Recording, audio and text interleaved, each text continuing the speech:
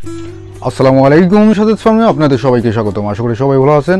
তো চলে আসলাম আপনাদের জন্য আরেকটি নতুন ভিডিও নিয়ে। ইনশাল্লাহ ভিডিওটি আপনাদের উপরে আসবে। তো আপনারা দেখতে পাচ্ছেন যে আমি কিছু কোয়েল পাখি নিয়ে আসছি। আমি গত ভিডিওতে সেটা আপনাদের অবগত করছি। তো এখানে প্রায় আমার 160টি কোয়েল পাখি রয়েছে। তো এই পাখিগুলো আমি নিয়ে আসার পর প্রথমেই কেন খাঁচাই দিলাম, আসলে আমার ফ্লোরে সেরকম সুবিধাজনক জায়গা না থাকার কারণে আমি সরাসরি খাঁচায় ঢুকাই দিয়েছি।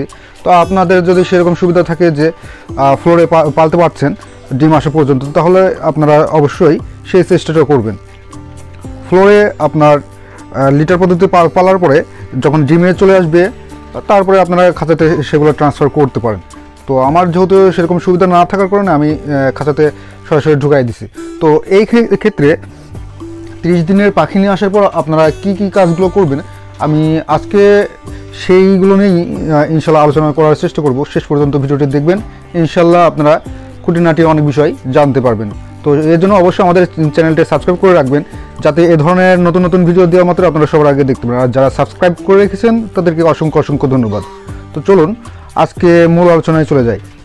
তো এই পাখিগুলো আমি গত 10 তারিখে নিয়ে আসছি, 9 তারিখে এবং 10 তারিখে।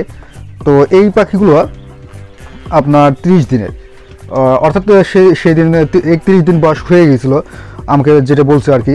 তো আজকে কয়েকদিন নিয়ে আসা হয়ে গেল এই পাখিগুলো। তো আমি খাঁচাতে দেওয়ার পরেও কিন্তু মাশাআল্লাহ তারা খাবার এবং খাবার পানিগুলো সুন্দরভাবে কিন্তু তারা খাচ্ছে। অনেক সময় দেখা যায় যে খাঁচাতে সরাসরি নিয়ে এসে দিলে তারা কিন্তু খাবারটা ঠিকমতো খায় না। তো মাশাআল্লাহ তারা কিন্তু সুন্দরভাবে খাবারগুলো খাচ্ছে। এই পাখিগুলো নিয়ে আসার পর আপনারা প্রথমে যে কাজটা করবেন, অনেকে আসলে অনলাইনে অর্ডার করার পর অনেক দূর দূরান্ত থেকে পাখিগুলো নিয়ে আসা হয়। তো সেক্ষেত্রে তাদেরকে অনেকটা জার্নি করতে হয় এবং এখন যেহেতু শীতকাল, ঠান্ডা লাগার সম্ভাবনা অনেকটা বেশি। এজন্য একটু কেয়ারফুলভাবে আপনারা পাখিগুলো সংগ্রহ করবেন। কাছে যত কাছ থেকে সংগ্রহ করা যায়, নিজ জেলা থেকে বা আশেপাশে কোনো এলাকা থেকে যদি সংগ্রহ করা যায় অবশ্যই সেটা করবেন। 2-1 টাকা বেশি লাগলেও সেটা সংগ্রহ করা কিন্তু অত্যন্ত গুরুত্বপূর্ণ। এখন যেহেতু শীতের সময় যদি পাখির ঠান্ডা লেগে যায় তাহলে কিন্তু আপনার প্রোডাকশন পেতেও অনেকটা লেট হয়ে যাবে এবং পাখিগুলো অসুস্থ হয়ে পড়বে, আপনার মেডিসিন খরচ চলে যাবে এবং পাখি আপনার মারাও যেতে পারে। তো অনেক ধরনের সমস্যা সৃষ্টি হয়ে যেতে পারে কিন্তু। তো বিষয়গুলো একটু মাথায় রেখেই আপনারা পাখিগুলো সংগ্রহ করবেন। আর পাখিগুলো নিয়ে আসার পর অবশ্যই আপনারা লাইসোভিট, লেবুর রস, আপনার গ্লুকোজ বা আপনার এই যে জেনারাবলেস আছে, এটা মাল্টিভিটামিন অবশ্য।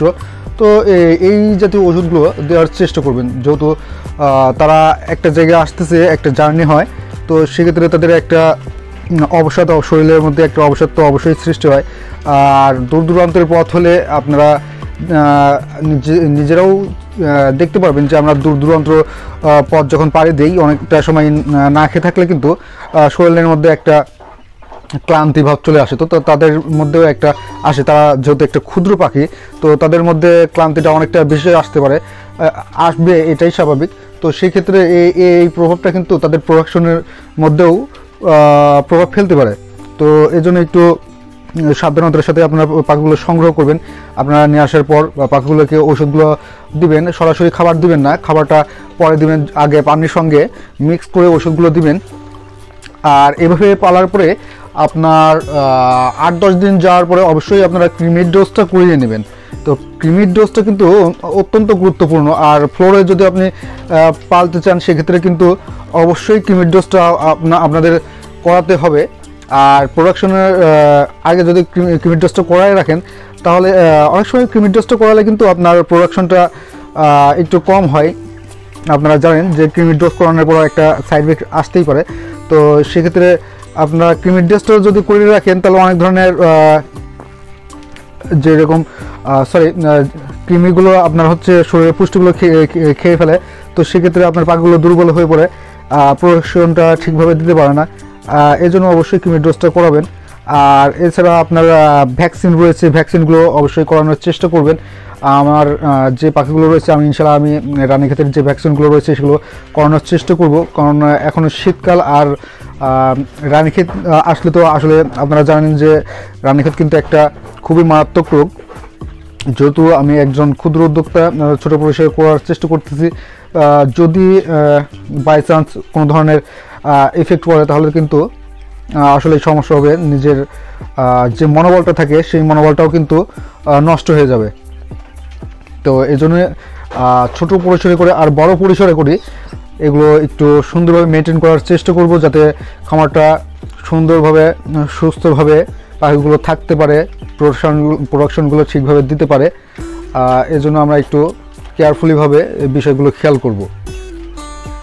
তো আমি এই বিষয়গুলো বলার জন্য আসলে ভিডিওটা আজকে করতেছি, কেননা অনেকে আমরা 30 দিনের পাখি নিয়ে আসার পর কি করব না করব, কি খাবার দিব। আর খাবারের কথা যদি বলে, এই যে এখানে কিন্তু আমি স্টার্টার যে ফিডটা আছে সেটা ব্যবহার করতেছি, সেটা খাওয়াচ্ছি তাদের। তো এটা অনেকে ব্রয়লার স্টার্টার খাওয়ায়, অনেকে আবার সোনালি স্টার্টার যে খাবারটা আছে সেটা খাওয়ায়। তো এই ক্ষেত্রে আপনি যে কোনোটা খাওয়াতে পারেন, তবে আমি এটা খাওয়াচ্ছি সোনালি স্টার্টার। এটার কারণ হচ্ছে এটার দাম কম, অবশ্য ঠিক আছে, ব্রয়লার স্টার্টারের থেকে এটার দাম কম, কিন্তু ব্রয়লার স্টার্টার খাওয়ালে এদের চর্বিটা অতিরিক্ত পরিমাণে জমে যায়। তো সেক্ষেত্রে আমি যতটুকু জানতে পারলাম বা বুঝতে পারলাম যে পরবর্তীতে প্রোডাকশনে গিয়ে এদের একটু তারতম্য ঘটে আর কি, যেহেতু চর্বির পরিমাণটা বেড়ে যায় এর জন্য প্রোডাকশনে একটু প্রবলেম হয়। এটা আমি সঠিকভাবে জানি না, তবে আমি যতটুকু আর কি জানার চেষ্টা করে জানতে পারলাম। তো এর জন্য আমি তাদেরকে সোনালি স্টার্টার খাবারটা দিচ্ছি। অবশ্য সোনালি স্টার্টার খাবারটা দিলে আপনার প্রোডাকশন আসতে একটু দেরি হয়, কিন্তু তারপরেও প্রোডাকশনটা সুন্দরভাবে দেয়। তো এর জন্য আমি সোনালি স্টার্টার ফিডটাই দিচ্ছি। তো আপনারা চাইলে সোনালি স্টার্টার খাবার দিতে পারেন, আবার ব্রয়লার স্টার্টারও দিতে পারেন। অনেকে আবার বলে যে ব্রয়লার স্টার্টার দিলে, অবশ্য আপনার আমি নিজেও প্রমাণিত যে আমার উপরে যে পাখিগুলো দেখতে পাচ্ছেন বা আমার আগের ভিডিওগুলোতে দেখেছেন আমি ব্রয়লার স্টার্টার ফিডটা খাওয়াচ্ছি। তো সেক্ষেত্রে তারা প্রোডাকশন দ্রুত আসে, তারা দ্রুত বৃদ্ধি পায়, ওয়েটটা বৃদ্ধি পায় দ্রুত। তো সেক্ষেত্রে প্রোডাকশন দ্রুত আসে। কিন্তু আমি আমার নিজের পাখিগুলোতেও দেখছি যে পরবর্তীতে তারা প্রোডাকশনে আসার পর অনেকটা প্রবলেম ফেস করতে হয় আর কি, তারা প্রোডাকশন ঠিকমতো দেয় না। তো এর জন্য আসলে আমি এবার ডিসিশন নিয়েছিলাম এবং সেই মোতাবেক আমি সোনালি স্টার্টার যে ফিডটা আছে সেটাই খাওয়াচ্ছি। ইনশাল্লাহ পরবর্তীতে কেমন প্রোডাকশন আসে বা কী আসে এই বিষয়ে ইনশাল্লাহ সব কিছু আপনাদের সঙ্গে শেয়ার করব। তো সে পর্যন্ত অবশ্যই আমাদের চ্যানেলের সঙ্গেই জুড়ে থাকবেন, আর এর জন্য অবশ্যই সাবস্ক্রাইব বাটনে ক্লিক করে বেল আইকনটি ক্লিক করে রাখবেন, যাতে করে আমি যখনই ভিডিও আপলোড করি বা ভিডিও ছাড়ি আপনারা সবার আগে নোটিফিকেশনের মাধ্যমে দেখতে পারেন। তো আজকের মতো এখানে বিদায় নিচ্ছি। সবাই ভালো থাকবেন, সুস্থ থাকবেন। আল্লাহ হাফেজ।